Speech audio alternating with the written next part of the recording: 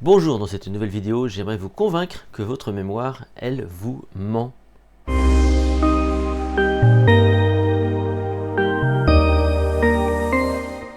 Et elle vous ment tous les jours.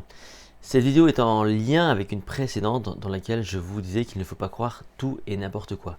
Et cette vidéo, en fait, m'a valu quelques commentaires, quelques échanges, parfois un petit peu houleux, avec certaines personnes qui, effectivement, n'étaient pas tout à fait d'accord avec ce que je disais, parce que je prenais quelques exemples, notamment l'astrologie, ce genre de choses. Je vais quand même vous convaincre encore une fois que cette mémoire peut vous mentir et vous faire récupérer des souvenirs complètement erronés. En fait, nous sommes plus ou moins dans un monde d'illusions où ce que vous interprétez, ce que vous voyez, ce que vous récupérez, ce sont des interprétations en lien avec une mémoire plutôt autobiographique, votre mémoire à vous, qui est en lien avec la mémoire épisodique, qui elle-même est plutôt en lien avec les émotions, la créativité, l'imaginaire.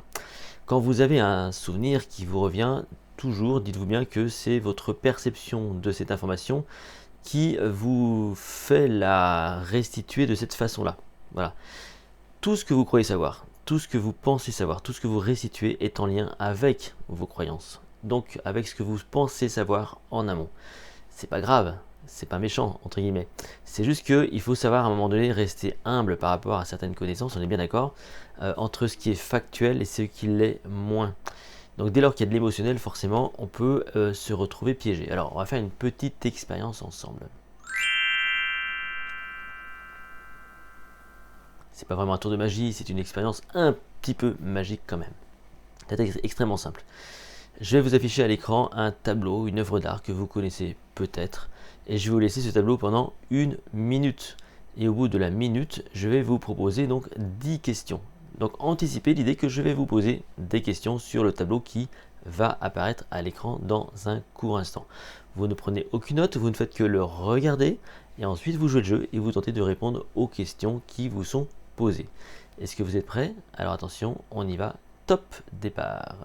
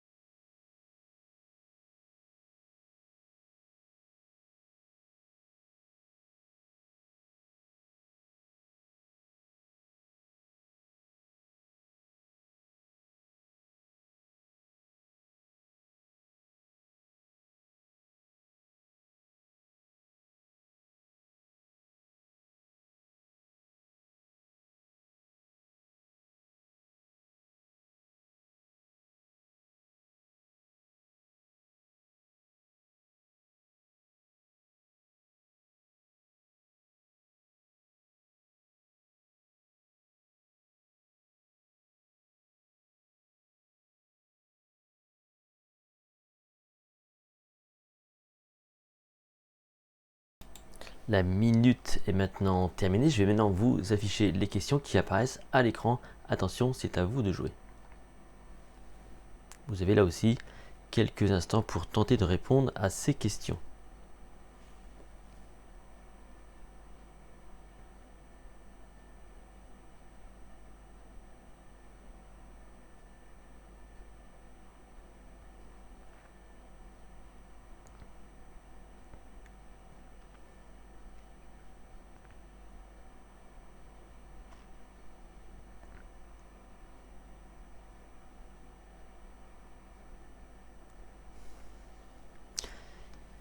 Il se peut que vous ayez réussi à répondre à toutes les questions ou peut-être pas, ou peut-être que vous avez des doutes sur certaines réponses. Alors, on va les corriger ensemble et on va voir si vous êtes pas trop mal. On y va?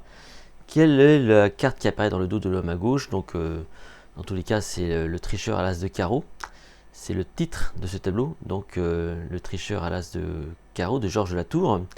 Donc c'est un as rouge. Dans quelle main la femme de gauche tient-elle son verre de vin? On vérifie tout de suite. La femme de gauche, donc c'est laquelle? C'est celle qui est donc debout ici.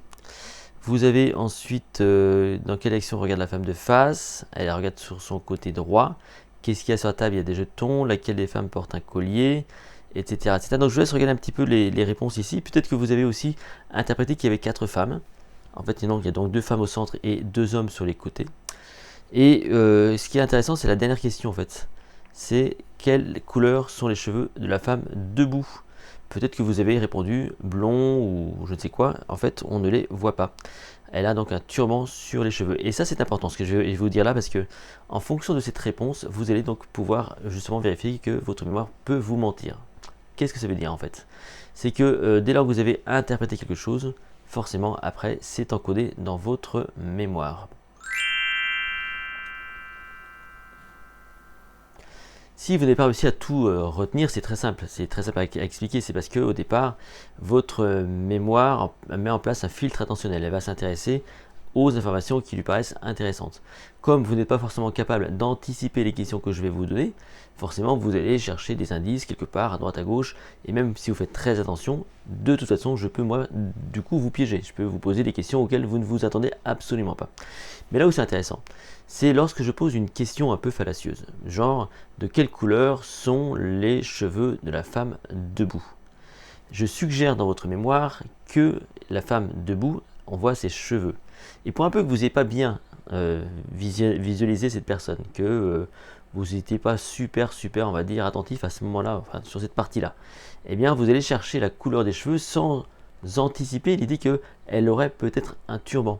Et donc votre réponse va faire en sorte que vous allez consolider littéralement l'information, et donc vous allez vous piéger vous-même, et votre mémoire quelque part vous aura menti, évidemment aidé par des questions hein, en l'occurrence, mais surtout vous aurez été donc dans cette dynamique de consolidation, et au final vous êtes piégé.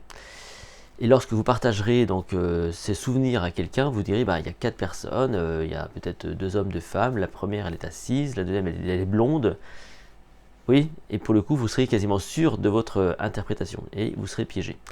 Moi, j'ai aussi une question pour vous. Attention, vous êtes prêts? Je vais vous montrer le tableau, mais je vais vous poser une question. Êtes-vous capable de vous rappeler de la couleur de ma chemise? Je vous laisse quelques instants parce que vous me regardez depuis tout à l'heure. Maintenant, êtes-vous capable de vous rappeler de la couleur de ma chemise?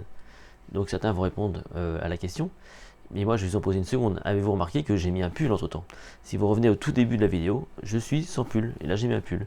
Mais comme je vous pose cette question, quelle est la couleur de ma chemise? J'aurais pu vous poser la question, quelle est la couleur de mon pull au final? Eh bien, vous pourriez vous rappeler que Vincent, il a un pull avec une chemise. Et c'est ce que vous allez partager comme souvenir. Dans la vidéo, Vincent, il a un pull avec une chemise. Sauf qu'au tout départ, vous reviendrez en arrière, je commence effectivement sans chemise. Voilà, c'est un peu tout ça qui fait que votre mémoire, elle n'est pas forcément fiable.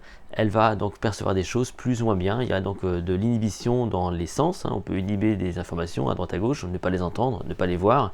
Et au final, on construit comme ça ces informations dans sa petite tête. Et ça, les magiciens le font très très bien. Quand je parle des magiciens, je parle des magiciens de scène, mais pas que, hein, les magiciens de la vie aussi. Donc les personnes qui parfois jouent avec votre mémoire ont une première pratique, c'est de planter le décor. Quand on plante le décor, ça veut dire quoi? Ça veut dire qu'effectivement, on peut avoir un costume, un titre, on peut avoir peut-être aussi une histoire, quelque chose qui va vous parler, vous séduire, en tout cas vous guider vers ce qu'on veut vous faire croire. Hein, par exemple ici, si je vous dis que il se peut qu'il y ait des gens qui soient suffisamment petits pour tenir sur cette chaise, on peut commencer comme ça par vous induire un peu en erreur, alors qu'ici c'est ni plus ni moins qu'une illusion d'optique. Hein. On est d'accord, la personne qui est assise sur la chaise, elle est sur une très grande chaise, très loin, et le monsieur qui est devant est donc en avant-plan, et comme vous n'êtes pas capable d'interpréter la 3D à ce moment-là, vous êtes donc piégé. Donc on joue avec votre attention en la guidant, et on consolide l'information par des perceptions erronées. La dernière chose que fait le magicien souvent, c'est que en saturant votre mémoire de plein d'informations, vous n'êtes plus capable de tout percevoir efficacement. Et donc vous faites des choix attentionnels, des choix cognitifs, et au final vous êtes donc piégé tout simplement. Donc votre mémoire, elle n'est pas forcément fiable, elle vous ment, en tout cas sur ce que vous percevez à titre personnel, notamment les contextes dans lesquels vous évoluez. Et ce qui fait qu'on n'est souvent jamais d'accord sur des souvenirs, sur des interprétations d'informations. Si cette vidéo vous a plu, n'hésitez pas à la liker, vous pouvez également donc la partager, vous abonner à cette chaîne YouTube et me retrouver sur mon site https lestradinonsecrets.com. On se retrouve dans une toute prochaine vidéo.